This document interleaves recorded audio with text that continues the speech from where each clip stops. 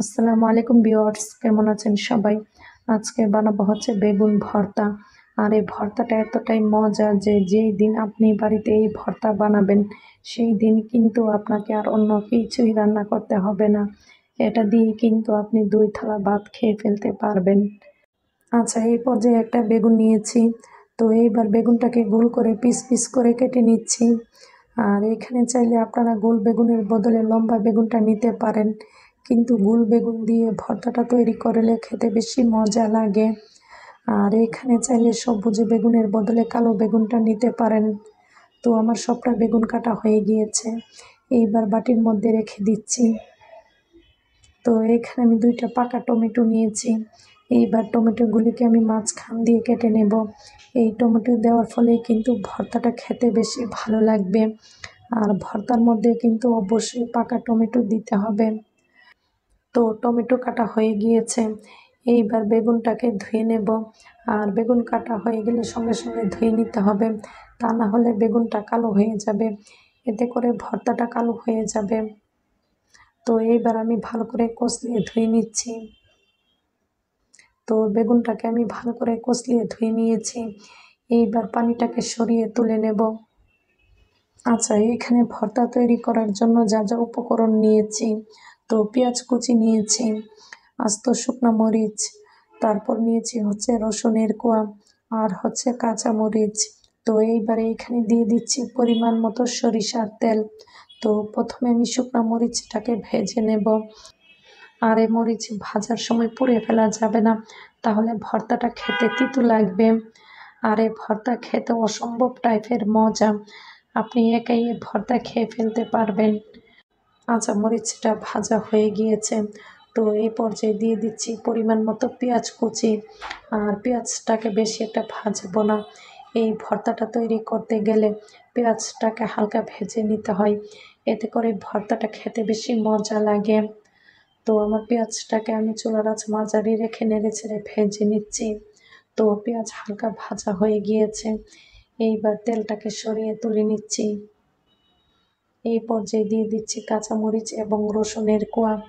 আর রসুনের কোয়া এবং কাঁচামরিচটাকে চুলার আঁচ কমিয়ে তারপর ভেজে নিতে হবে, তা না হলে রসুনটা সিদ্ধ হবে না, উপরের দিকটা কালার চলে আসবে।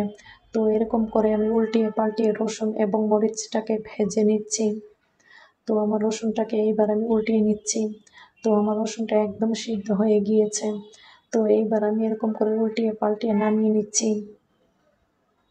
তো তেলটাকে ভালো করে সরিয়ে তারপর তুলে নিতে হবে। এইবার দিয়ে দিচ্ছি বেগুনের পিস। আর এই বেগুনের পিসগুলিকে হালকা তেলে ভেজে নিতে হবে। তো বেশি একটা তেল দিয়ে আমি ভাজবো না, এতে করে ভর্তাটা খেতে ভালো লাগবে না।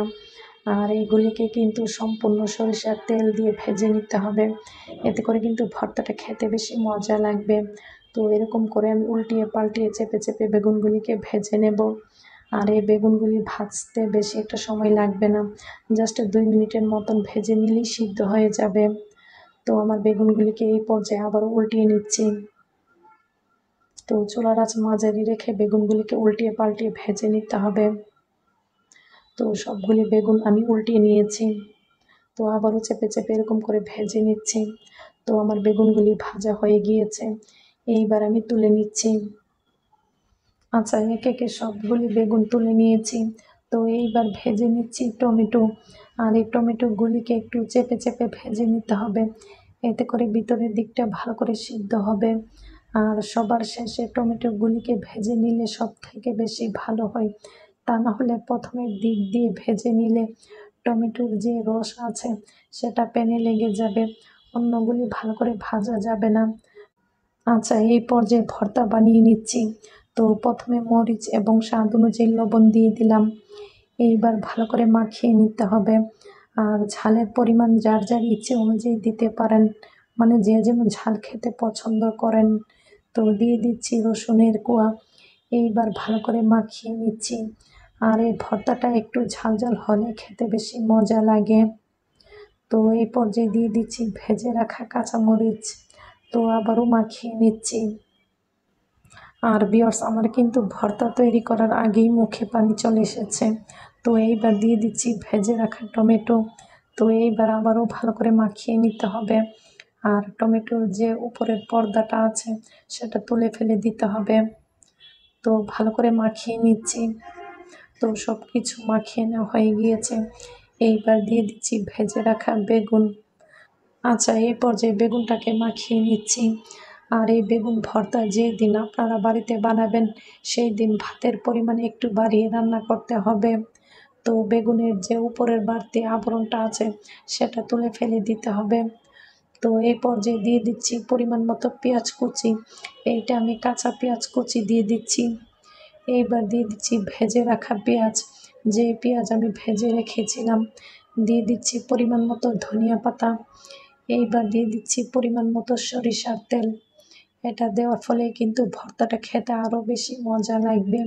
তো এইবার যতটা সম্ভব আলতো হাতে মাখিয়ে নিতে হবে। তাহলে ভিউয়ার্স, রেডি হয়ে গেল দুর্দান্ত স্বাদের ইউনিক বেগুন ভর্তা। তো আমার এই ভর্তার রেসিপিটি আপনাদের কাছে কেমন লেগেছে? যদি ভালো লাগে একটি লাইক দেওয়ার অনুরোধ রইল। আর যেই দিন এই বেগুন ভর্তা বাড়িতে বানাবেন সেই দিন কিন্তু ভাত একটু বেশিই রান্না করতে হবে।